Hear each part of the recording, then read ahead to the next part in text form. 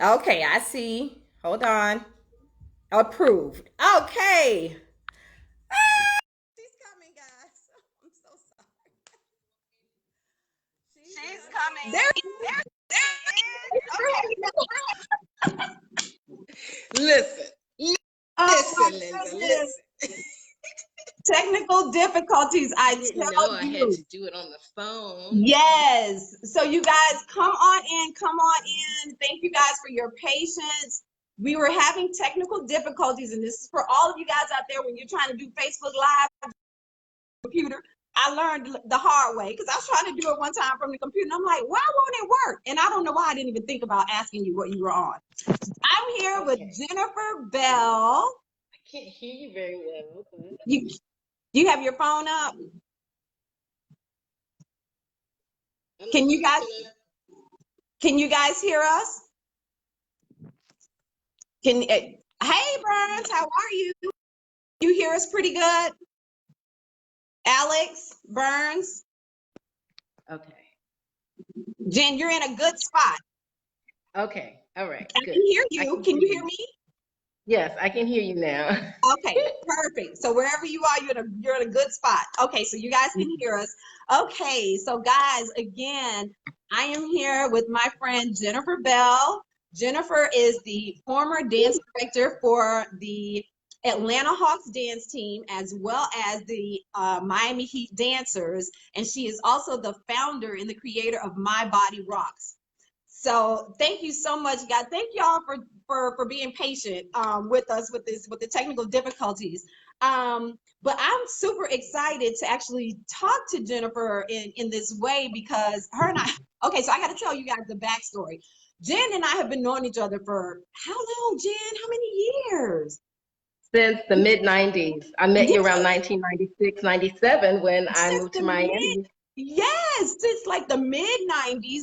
I mean, man, I've known her when she joined the Heat, and I was doing my radio TV stuff and also working for the mayor in Miami, and also doing like red carpet correspondence for Zoe Summer Groove and all of that good stuff. So I've known Jen for a long time, guys. Well, her and I went out the other night, and I decided to Actually, lay. just finding out that you live down the street, I must say. Exactly. So we live What? down the street from each other here in Atlanta, which is actually where Jen is from. Jen is from Atlanta. Yes. But we decided to connect for some little sips and kikis. And I decided to lay on her that she was my dance idol, guys. And I actually get a little teary-eyed when I talk about it because and I did then too. And she was like, "What?" And I said, "Girl, I actually when I graduated from Alabama State, I'm not gonna give y'all the year. Y'all tried to get the year, I'm not gonna give it to you. When I graduated from Alabama State, I was like, okay, I was doing my radio and TV stuff in Montgomery, but I was like, maybe an opportunity to move to Atlanta would be great. So there was an audition for the Atlanta Hawks dance team. And I packed up my little car and drove to Atlanta.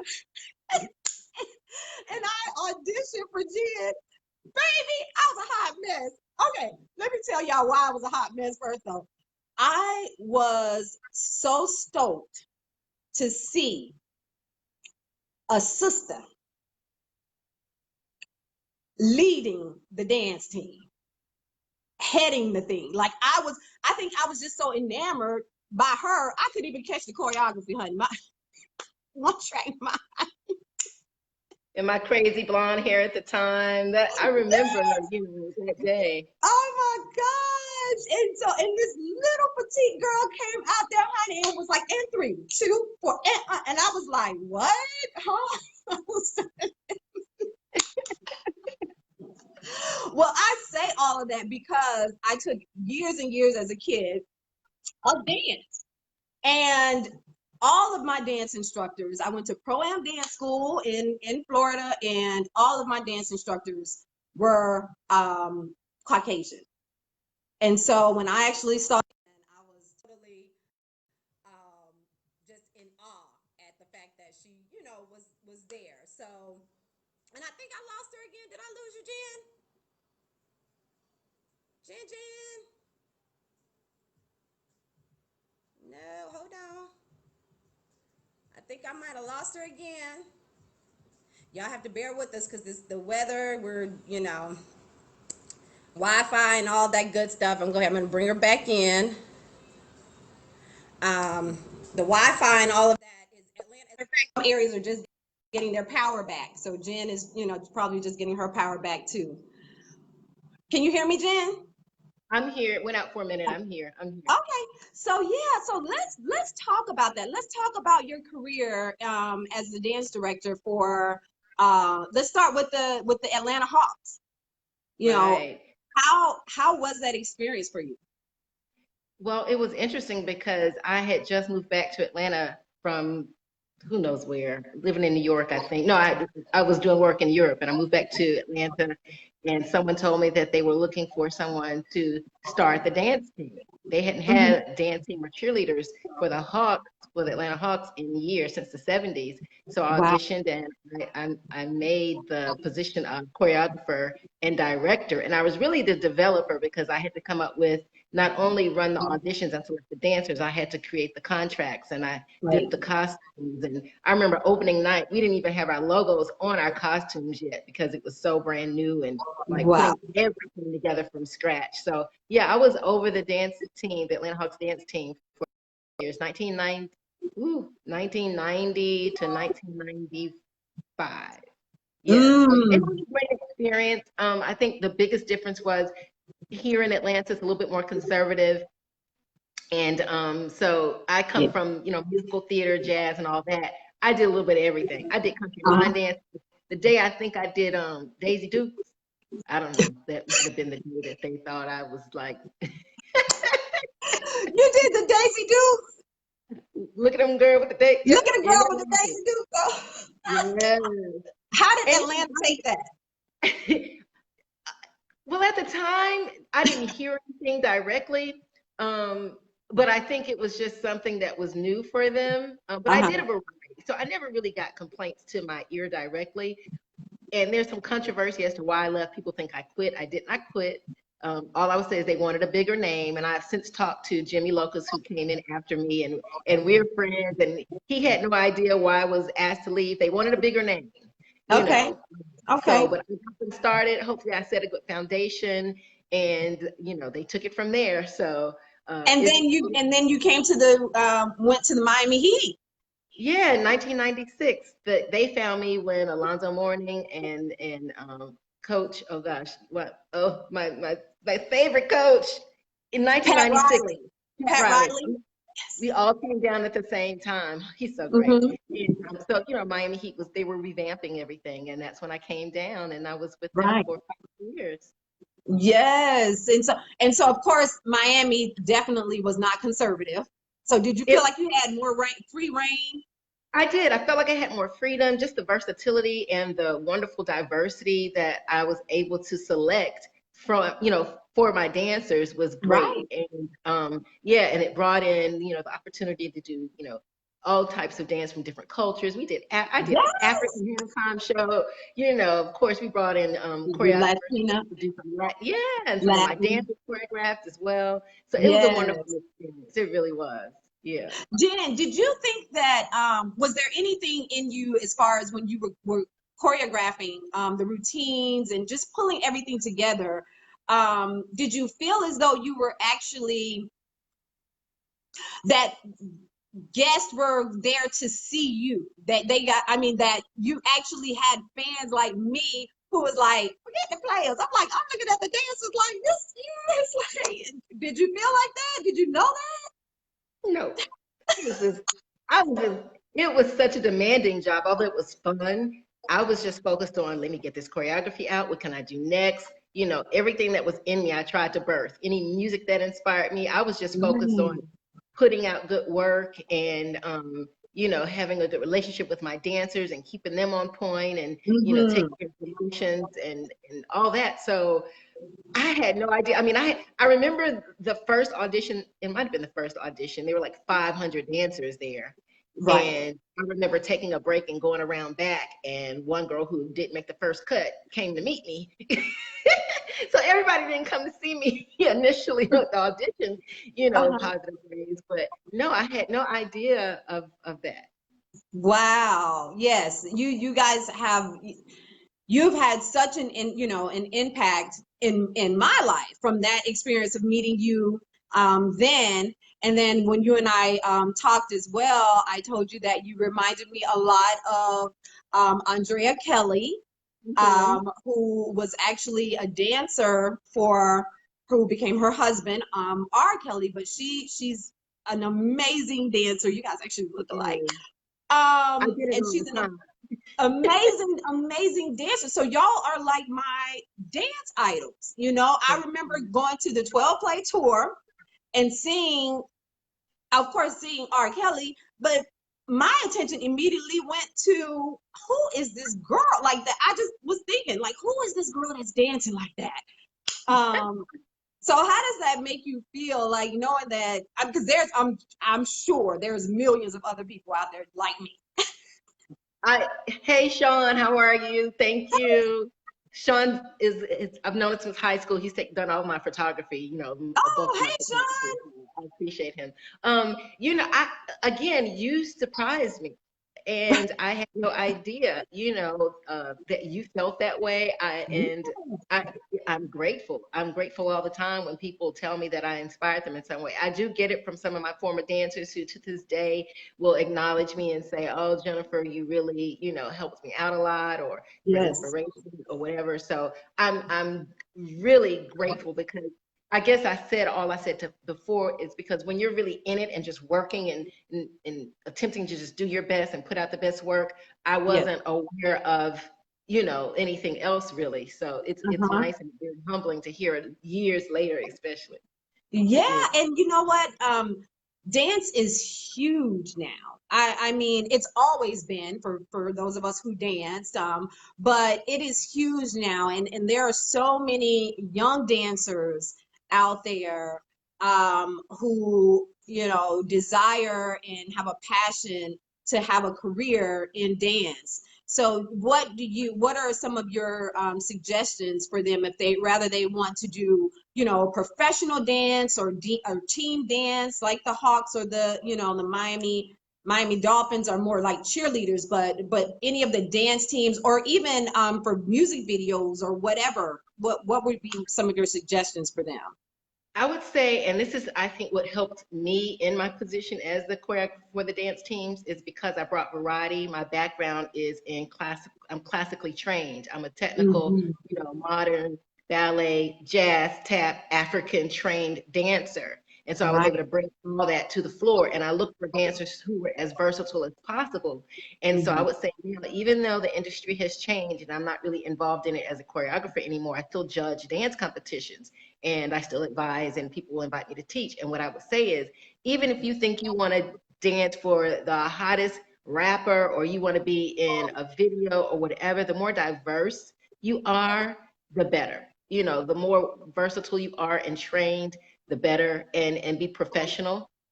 Because sometimes people wonder why choreographers stick to the same dancers or hire the same Hmm. dancers a lot or teach the same Yes, dancers because they already know their work ethic, they know their personality, they know what they're going to exactly. get. And right now, a lot of dancers have agents. I didn't have an agent back in the day. I had to go to Hmm. auditions like everybody, you know. So Hmm. even if you have an agent, that agent is only going to represent people who they know have a good reputation because you represent. Exactly. So I would just say young dancers get trained, learn how to be professional and disciplined no matter what you are looking to do. That's good. And so after the Miami Heat, you went on, you came back to Atlanta, and then you did started to do some choreography for music videos and some artists, correct? Yeah, I did videos actually before and after the Atlanta Hawks. And even when I was in Miami, I did some work there. I did, choreograph for commercials and things like that. When I came back to Atlanta after I left Miami, I was on a whole different life path. I had been, event coordinator for Summer Groove and Alonzo Morning Charities. And so by then I was doing not only dance and choreography, but organizing events and things like that. So when I came back here, I was also a fitness competitor. So I kind of rebranded myself, and Uh-huh. I did do some work for T-Pain. I choreographed something for T-Pain for Chopped and Screwed with he and Ludacris for Saturday Night Live, and I did some Right. work for the BET Hip Hop Awards for T-Pain. But shortly after that, I got sick, and we talked about that too, and you know, having medical issues and things. And so I took some time off, but in healing, that's when I really kind of brought everything I knew from being a fitness competitor and dancer Right. into my holistic healing, and I kind of transformed into more of a fitness, nutrition, lifestyle management coach. Yes. So I brought Yes. everything I had with me to start, you know, kind of changing over to something else. Yes. Well, that's a perfect transition. So let's move into My Body Rocks, which was created for women to instill, of course, body confidence and, like you said, health and lifestyle management.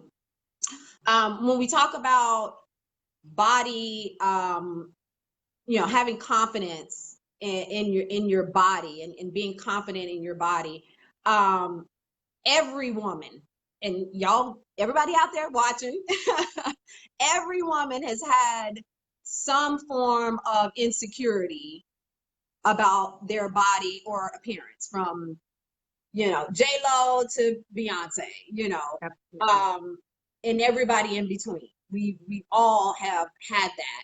So what are some of the things with My Body Rock that you are implementing and instilling in women, to help them with their confidence?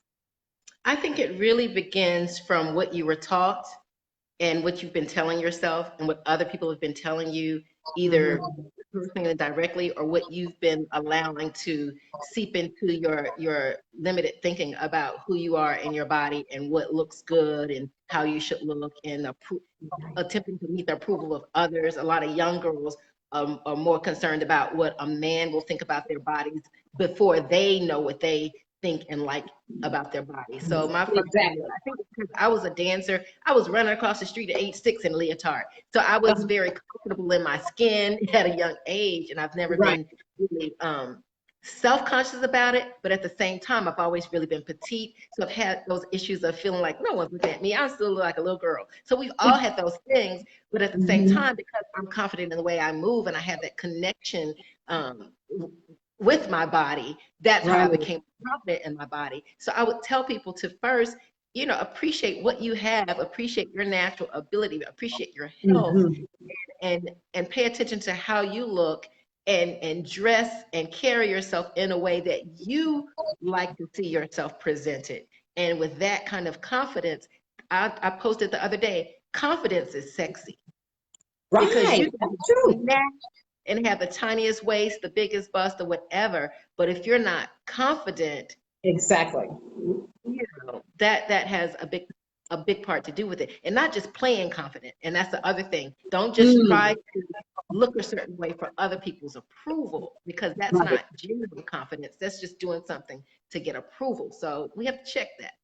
Yeah, yeah. And so how do we incorporate fitness? Of course, we're all dealing with, you know, COVID and restrictions and things like that, and just fear and not really wanting to go to the gym and things. What can you do at home to improve your fitness? Or because I know you do, you know, training and personal things as well. Yeah, I had a wider screen on my computer, but y'all see I have a little studio set up behind me. This is where Yes. I do my virtual classes, one-on-one or with groups. And you know, I show little video snippets of how you can train at home and do things with just a chair or just on the floor or with whatever weight you have. It's possible. Just move. And as we Yes. get older, I say strength training is important. We can all go outside and jog and walk, even during today's, you know, times and challenges. You can Right. do things like on your own. I like to do things that are recreational. What's fun? Because hi, I see some of my clients on here. Hey, Benita. Yes, and my sister Um, is on here too. She says confidence is sexy. She loves that. Thank you, Robin, for that shout out. Yeah, I appreciate that. And I tell my clients, I'm like, well, what is it that you like to do? And it's hard. Some people just don't like working out, you know, Right. but what is it that, you know, keeps you focused? You know, it could be boxing, it could be playing tennis, whatever you can do now. Even going to the golf course and putting is a workout. So I say, Right. think about what it is that you think you can at least stick with. If you can move Hmm. on your own, if you can't afford a trainer, if you don't have time to get a personal trainer, you know, think about what it is that you can stick to and be consistent with, you know? Right. Yeah, that's good. And because I know for me, especially working a lot from home and doing that, and you just feel like it's really willing yourself to get out of bed and work out, or even if you can't necessarily go out and run, because I like to run. I actually go out and run. But Mhm. if I can't get out and run, I'm like, what else can I do? But there's YouTube. So like this morning, because the weather was so bad, I was like, okay, let me just put on something on YouTube and Mhm. do a choreography dance class. And I was like sweating up something. I felt better afterwards. Yeah, it makes you. That's what most of my clients say. Look, I dread it coming, but I feel so much better now Right. when I get through it. But Right. yeah, anything that you can do. I was doing some cardio groove classes just because some people like to dance. So I Hmm. was doing that online, and all you do is join in and Yeah. learn some dance steps and work up a sweat, and you're good to go. So it's just Hmm. finding something like that will keep you going, keep you active. It helps your stress levels. Not only will you possibly lose weight, but just to stay in good condition. It's good for the mind and everything, especially while we're dealing with this. So being at home, although we're not really totally sheltering in place now, but there is no excuse no matter what. That's what I No, say. There's no no excuse. matter what, you can do something.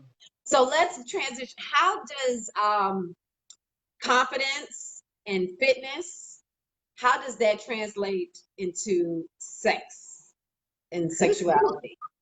Well, I always say I'm a body enthusiast, right? So I'm intrigued with how the body functions. And now at this very seasoned time in my life, I've become so confident and I know what I like. I know what I like and how my body feels in all aspects. So when it comes to sex, I'm single and I'm still very particular, very safe, but I get into how my body responds, even if I'm by Mhm. myself. And I think that women especially have been tainted sometimes with the Mhm. idea that thinking about sex, talking about sex, having sex, that it's something that's taboo. Ooh. But I'm like, get in touch with yourself. Touch yourself. How you gonna be able to tell someone else what you like and be uninhibited and relaxed with someone else if you're not comfortable with what you like and what feels good? So, when I'm by myself, I enjoy myself and not just, oh, I'm horny, let me do something real quick. I enjoy sensuality. And that's what I think is Got it. most important. It's really just enjoying music, candles, the touch of something, so that when I am with somebody, that's a whole nother dimension. But I've It's like, already enjoyed it goes up. But it's right. that confidence again, confidence in your body, confidence in what you like, confidence in sex, actually Hmm. when you're with someone. So I try to Right. talk to women and encourage them to just loosen up. Loosen Uh-huh. up from the whole idea of sex. Not shaming anyone because there are reasons why, you know, people are more conservative. But I think we need to loosen up, first of all, in the mind and be okay Hmm. with knowing sex is good. I like that. I love that. I love that. I love that. You're right on point with that. Which actually you have a almost like a podcast or something that you do. Tell us about that. Yeah, so one of my friends from Miami was chiming in on my private Facebook group with my Body Rocks, and I did the private group just so if there was anything that needed to be brought up, women would feel comfortable hearing about it or seeing the discussions in a place where they didn't have to worry about the whole world knowing that they were watching. But it's still a group of Hmm. women, basically. And she called me, and long story short, we came up with a podcast. It's on hold now because we're in between networks, but we do have some episodes up on YouTube, and it's called Yoni Confessions with a Yoni Z. confessions. And I named it Yoni Confessions because it's about women, our womanhood, everything that involves a woman, some things that Right. others will not understand and relate to. So we talk about everything from hormones, of course, sex, relationships, what we're going through. We're very transparent. Just to say, okay, it's okay to talk about these things because they're things that women think about and they won't even share or bring up even with some of their closest friends sometimes because they don't know if their girlfriends are thinking the same way. Right, right. And I think it's important that we, like you said, we have these conversations because, we are overcome by one another's testimonies when we talk about things and discover, hey, you actually went through the same thing I went through, really? it takes a little bit of the pressure, and sometimes even the the trauma of whatever that experience is, whether it's health or what, because as women, it's all kind of stuff that we deal with. But when we talk about the experiences that we've had with other women, or we hear it on, podcasts, or just having these interviews and conversations, it definitely helps us.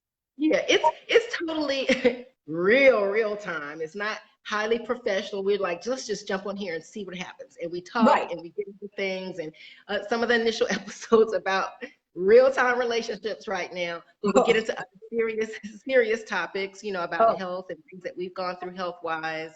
And it's interesting just because I think it's just an outlet for us, but it's also a way for women to go, okay, it's all right. I see two, African American women talking about sex Right. and, saying words and talk about topics that, hardly come out of people's mouths sometimes. Exactly. You It's know, okay. for me, it's all a part of being transparent to say it's okay to be you. And I'm a life coach. I help people with lifestyle management, and it starts with the way people think. And so I kind of, even on the show, I guide my partner, Alex, through some things that she's going through in another area. So I'm here to help people just think differently. I can't resolve everything. I'm not an expert at everything, but my Right. whole goal in life right now is to just guide people where they're stuck or whatever their challenges are. So I love that. I love it all. And oh my goodness, I'm so glad we had this conversation, and we will continue to have these conversations. I don't know if there are any questions out there. We can certainly take a few questions. I know Jen has an appointment coming up, so we don't have long. But I think that having these conversations are so good, motivating each other to have confidence in ourselves, in our bodies, and who we are, and doing the things that, what about when let's talk about nutrition. okay. What are some of the things that, when we're looking at trying to align our mind and spirit, when we're dealing with our bodies, what are some of the nutritional suggestions that you can provide? I would say the first thing is to, again, consider your lifestyle. I can't coach you on your nutritional guidance plan the way I would coach someone else. We all have different lifestyles, different schedules, different issues with food. So initially, when I start working with my clients, I get them to fill out a survey to kind of see what their schedule is, how they eat, why they eat, what they can't eat, what they hate to eat, what their work life is like, what their home life is like, if there are other Gotcha. people in the home. And I Mm-hmm. assess because I think it's all about not just what you eat, but when, why, and how. And Yes. I had a recent client, and I went to see her in person. And typically, I sit down for just a brief time to go over the plan that I created for them. We Mm-hmm. end up talking for 2 hours, and it got into a whole nother thing because I saw that her weight and her nutrition issue, the foundation of that was stress. Right. So we had to Huge. go all the way back and talk about, well, how are we going to deal with your life and your stress and manage that first? Mm-hmm. Because I can give you a plan. I can say, stop eating a whole bunch of sugar. But when you get emotional or stressed about Stress something, snacking. I Mm-hmm. can't get the cookies out your hand. Right. So the mental factor is a big part of it. Yes. Stress snacking. Right. Because I'm a crunchy person. I like, I'm gonna do some nacho chips, and that I Well, love here's the thing. nachos and chips. That's one we got to go have some nachos. We gotta go have That's some nachos and some margaritas. I love salty things. We have to be aware of what our cravings are. Sometimes it could be a mineral nutritional deficiency. Right. Sometimes we're not getting enough protein, so we're eating a lot of sugar and not enough protein or something. It just depends. So paying attention to those type of things, what you like to eat, what you like to drink, what you're drawn to has a lot to do with it. The Mm-hmm. biggest factor is sugar. Sugar is poison. My biggest sugar poison is what I drink. And I'm a wine person. I drink. But Yes. because of that, I don't drink much more sugar. And there are things that you have to do in your home. I have these small cans of pineapple juice and cranberry juice, and it's mostly put in my alcoholic beverages or whatever. Right. But what I drink all day is water. And then when I want to enjoy myself, that is my go-to. But my niece came up, she was like, Auntie, you have no sugar in your cap. I'm like, no, I don't eat a lot of sugar. So we have to pick and choose. You know, I don't want you to just not enjoy life and not enjoy what you eat and drink, but you have to make deals with yourself. That's about anything.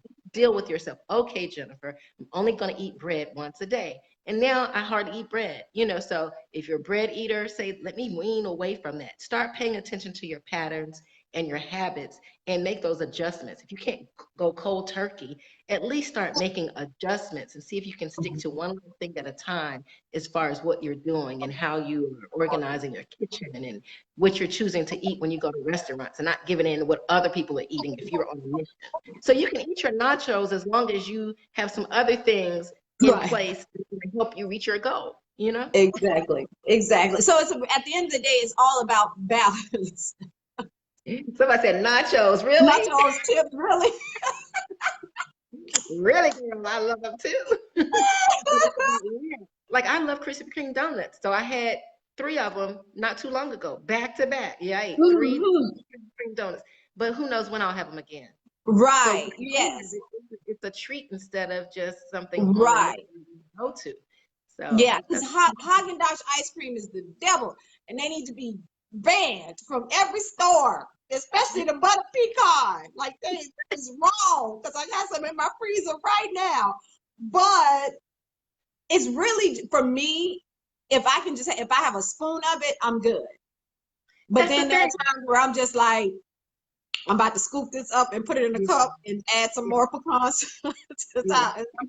Yeah, I can binge sometimes also, but then, you know, I'm like, I won't eat that for a while, but everyone can't afford to do that, especially like right now I'm maintaining and I'm thinking about health. And that's the other factor I try to tell people is think about your health. The weight will drop off. You will lose the fat if you change your lifestyle and start thinking, okay, this is not healthy for me. When I'm 67 years old, am I gonna, you know, end up reaping the repercussions from eating this craziness over the past 30, 40, 50 years? So start now thinking about your health, you know, and that will really make a big difference, you know? So well, tell everyone, Jen, again, how they can stay in touch with you, how they can watch Yoni Confessions, how they can be involved with My Body Rocks, which I love, and I can't wait to get a My Body Rocks shirt so that I can be like branded and just, you know, exude that confidence for you. How can everyone stay in touch with you?